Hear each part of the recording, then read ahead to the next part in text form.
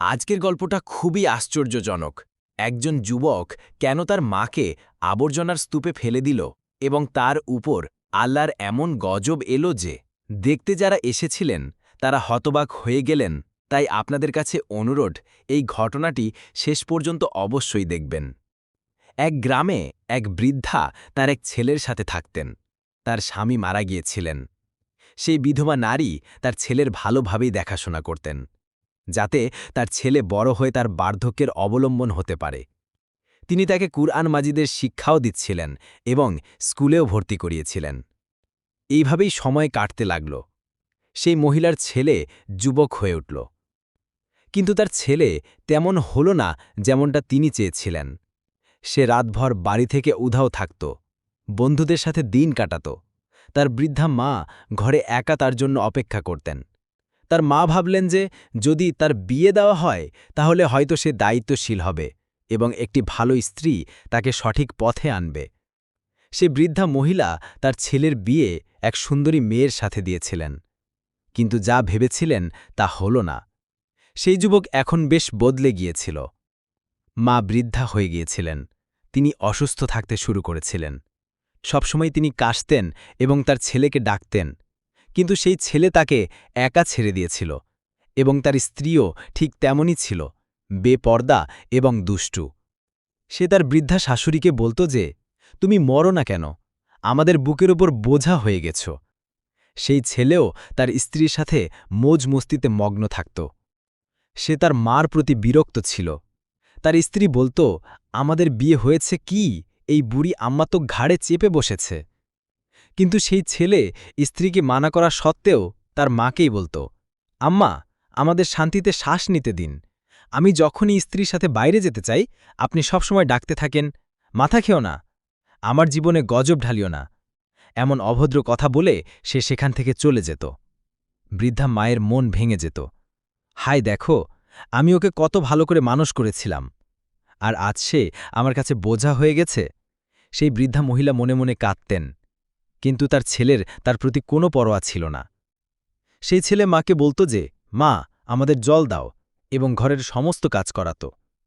তার স্ত্রী এই দৃশ্য দেখে খুশি হতো। সেই বৃদ্ধা মহিলা অসহায় জীবন যাপন করছিলেন। তার দ্বারা কাজ হতো না, কারণ তিনি অসুস্থ থাকতেন এবং এমনিতেই বৃদ্ধা হয়ে গিয়েছিলেন। এবার ধীরে ধীরে তার ছেলে তাকে ঘৃণা করতে শুরু করেছিল। সে বলত, চলে যাও, আল্লাহর ওয়াস্তে আমাদের বাড়ি ছেড়ে দাও, তুমি তো আমাদের গলায় ঝুলে গেছ। না জানি সে মাকে এমন সব কথা বলত যা শুনে মানুষ হতবাক হয়ে যেত।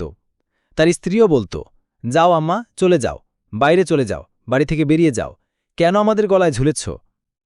সে বৃদ্ধা মহিলা বলতেন, বেটা, আমি কোথায় যাব? এই বয়সে আমার একমাত্র অবলম্বন তো তোমরাই।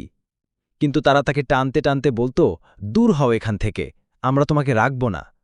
অবশেষে তার ছেলেরও রাগ হল। সে অভদ্রভাবে বলল, বন্ধ করো, আমরা তোমার কোনো কথা শুনতে চাই না। সেই অসহায় মা কাঁদতে লাগলেন, পা ধরতে লাগলেন, কিন্তু তার জালিম ছেলের দয়া হল না।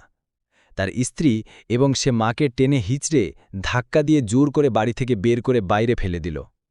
সেই অসহায় বৃদ্ধা মহিলা কাঁদছিলেন, যেন তিনি ভেতর থেকে শেষ হয়ে গেছেন।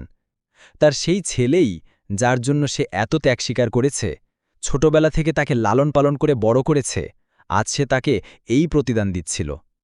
আল্লাহ এমন সন্তান কাউকে না দেন। মা বাবাকে পৃথিবী থেকে তুলে নিন যদি এমন সন্তান হয়। এই দুঃখের দৃশ্য তাদের জন্য খুবই বেদনাদায়ক হয়। সেই অসহায় বৃদ্ধা মহিলা নিজের জ্ঞান হারিয়ে ফেললেন, কারণ ছেলে এতটাই বড় দুঃখ দিয়েছিল। তিনি পাগলের মতো গলিতে ঘুরতে লাগলেন। তিনি আবর্জনার স্তূপের কাছে এসে বসলেন এবং গলিতে বসে ভিক্ষা চাইতে লাগলেন। সেই অসহায় মহিলা তার সবকিছু হারিয়ে ফেলেছিলেন, কারণ তার ছেলের আচরণ এতটাই খারাপ ছিল যে মা সহ্য করতে পারলেন না। কেবল মরা বাকি ছিল, বাকি সে কোনো কুসুর করেনি। পথচারীরা সেই বৃদ্ধা মহিলাকে ভিক্ষা চাইতে দেখে তার ছেলের সম্পর্কে অনেক খারাপ কথা বলত যে, আল্লাহ এমন সন্তান তো কাউকে না দেন। মা বেচারি গলিতে ভিক্ষা চাইছে এবং আবর্জনার স্তূপ থেকে খাবার খাচ্ছে, কিন্তু ছেলে স্ত্রীর সাথে মগ্ন আছে। তারা কি জানত যে এই বদবক্তি তাকে ধাক্কা দিয়ে বাড়ি থেকে বের করে দিয়েছে? কিন্তু বলে যে মা বাবার অবাধ্যতার শাস্তি দুনিয়াতেই পাওয়া যায়। কিছুদিনই কেটেছিল যে সেই যুবকের হঠাৎ শরীর খারাপ হতে শুরু করল। তার বুকে প্রচণ্ড ব্যথা উঠল, যা তাকে বিছানায় ফেলে দিল। তার পুরো শরীর কাঁপতে থাকত। কখনো কখনো এমনভাবে তার খিঁচুনি আসত যে সে কাঁপতে থাকত এবং তার মুখ থেকে অদ্ভুত আওয়াজ বের হতে শুরু করত। তার স্ত্রী চিন্তিত হল যে, হায় আল্লাহ, এটা কি হয়ে গেল? এতক্ষণ তো ঠিক ছিল। ডাক্তারও জবাব দিয়ে দিয়েছিল যে তার কোনো চিকিৎসা সম্ভব নয়। তার স্ত্রীর কাছে এখন আর কোনো পথ ছিল না। একদিন সে বাসন ধুচ্ছিল। হঠাৎ তার কিছু দুর্গন্ধ আসতে লাগল। যখন সে তার স্বামীর কাছে যায়, তখন তার দম বন্ধ হয়ে আসে, কারণ তার স্বামীর শরীর থেকে দুর্গন্ধ আসতে শুরু করেছিল। এতটাই যে এমন এক রোগ লেগেছিল যে তার শরীর থেকে ভীপকর দুর্গন্ধ আসছিল। সে কখনো কখনো ভীতকর আওয়াজও বের করত, কারণ তার উপর আল্লাহর গজব এসেছিল। আল্লাহর গজব তার উপর এমনভাবে নাজিল হয়েছিল যে সবার আত্মা কেঁপে উঠেছিল। তার স্ত্রী বুঝতে পারছিল না যে এমন কেন হচ্ছে। কিন্তু অবস্থা আরও খারাপ হওয়ায় সে ভয় পেয়ে গিয়ে পাশের মসজিদের ইমাম সাহেবকে বাড়িতে নিয়ে এলো। ইমাম সাহেব, দেখুন আমার স্বামীর সাথে জানি কি হচ্ছে। ইমাম সাহেবও যখন দেখলেন যে তার শরীর থেকে এত বাজে দুর্গন্ধ আসছে, তখন তিনি বললেন, আল্লাহ, এটা কি?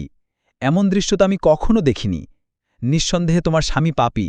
বলো, সে কি করেছে? মহিলা বলতে লাগল, কোনো পাপ করেনি। ইমাম সাহেব রেগে গিয়ে বললেন, তার পাপের উপর পর্দা ফেলো না, আমাকে সমস্ত সত্য বলো। সেই ধূর্ত মহিলা বলতে লাগল, সে আর কিছু করেনি, কেবল তার মাকে ধাক্কা দিয়ে বাড়ি থেকে বের করে দিয়েছে। ইমাম সাহেব বলতে লাগলেন, তোমার জন্য এটা শুধু কোনো কথা নয়, এই গজব এই কারণেই এসেছে। সে তার জান্নাতকে অস্বীকার করেছে।